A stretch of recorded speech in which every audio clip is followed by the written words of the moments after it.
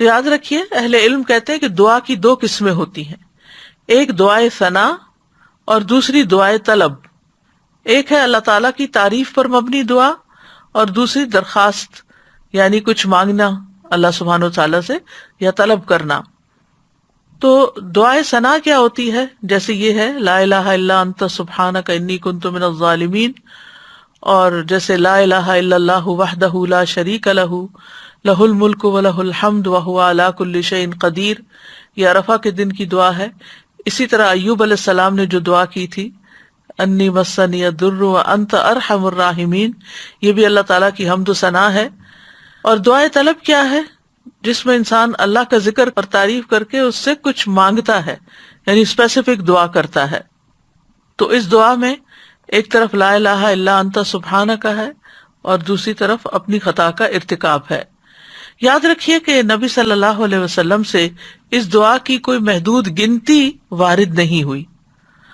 یونس علیہ السلام کے بارے میں بھی نہیں پتہ چلتا کہ انہوں نے کتنی دفعہ اس کو پڑھا، لیکن انہوں نے ایک دفعہ بھی جب اس کو پڑھا ہوگا پوری تڑپ کے ساتھ، پوری شدت کے ساتھ، تو اللہ سبحانہ تعالیٰ نے ان کی دعا قبول کر لی. تو اس لیے لازم اپنے اوپر نہ کیجئے کہ 1.25 لاکھ دفعہ ہی ضرور اس کو پڑھنا ہے یا 100 دفعہ ہی ضرور پڑھنا ہے. جتنی دفعہ چاہیں آپ پڑھیں، چاہے 1,00,000 دفعہ پڑھیں، چاہے 100 دفعہ پڑھیں، لیکن پابندی اس کی ضروری نہیں کہ اتنا پڑھیں گے تو دعا قبول ہوگی. اصل چیز ہے وہ جذبہ، وہ اخلاص، وہ شوق، وہ تڑپ جس کے ساتھ انسان دعا مانگتا ہے. تو اس دعا کے اوپر آپ غور کریں تو اس میں سب سے پہلے لا الہ الا اللہ ہے جو کمال توحید کا بیان ہے، اور دوسرا پھر سبحانک ہے جو کمال پاکیزگی کا اظہار ہے کہ اللہ تعالیٰ ہر عیب اور برائی سے پاک ہے، اور تیسرے اپنی غلطیوں کا اعتراف ہے. یعنی یہ 3 ایسی بہترین چیزیں اکٹھی ہو گئی ہیں کہ جس کی وجہ سے دعا قبول ہوتی ہے. اور پھر اس میں ان چیزوں کو دراصل وسیلہ بنایا گیا ہے. اللہ کی توحید کا اقرار کر کے اس کو لا الہ الا اللہ کو وسیلہ بنایا گیا، تسبیح پڑھ کر وسیلہ بنایا گیا، انی کنت من الظالمین اپنی عبودیت کا اقرار کیا گیا اور اپنی غلطی کا اعتراف کیا گیا. تو یہ سب دراصل دعا کی قبولیت کے لیے ایک وسیلہ بن گیا. ابن قیم کہتے ہیں جہاں تک مچھلی والے کی دعا کا تعلق ہے تو اس میں رب عز و جل کی کمال توحید، اس کی کمال پاکیزگی پائی جاتی ہے، اور اس میں بندے کا اپنے ظلم اور گناہ کا اقرار بھی ہے.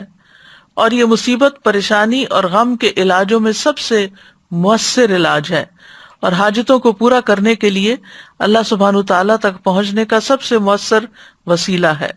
اور یہاں پر توحید کی اقسام کا بھی ایک طرح سے ذکر ہے اور اقرار بھی ہے.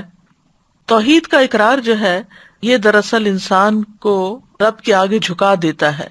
اس سے اللہ تعالیٰ کی عظمت کا احساس انسان کے دل میں آتا ہے، اور پھر تسبیح پڑھ کر انسان اللہ سبحانہ تعالیٰ کو انتہائی پاکیزہ قرار دیتا ہے جو کہ اس کے شایان شان ہے، اور اپنے اوپر غلطی کو لیتا ہے اور خود اپنے رب کی طرف رجوع کرتا ہے.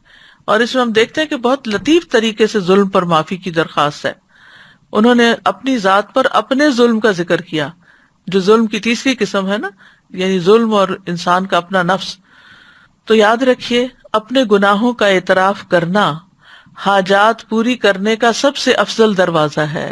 اللہ عظیم ہے، کریم ہے، اس کے آگے مسکین بن جائیں، اس کے آگے فقیر بن جائیں، اور ساری قوتوں کا مالک، قدرت کا مالک اسی کو سمجھیں، اور پھر اپنے رب کو تڑپ کر پکاریں تو انشاءاللہ دعا قبول ہوگی، غم دور ہو جائیں گے، حاجات پوری ہو جائیں گی انشاءاللہ.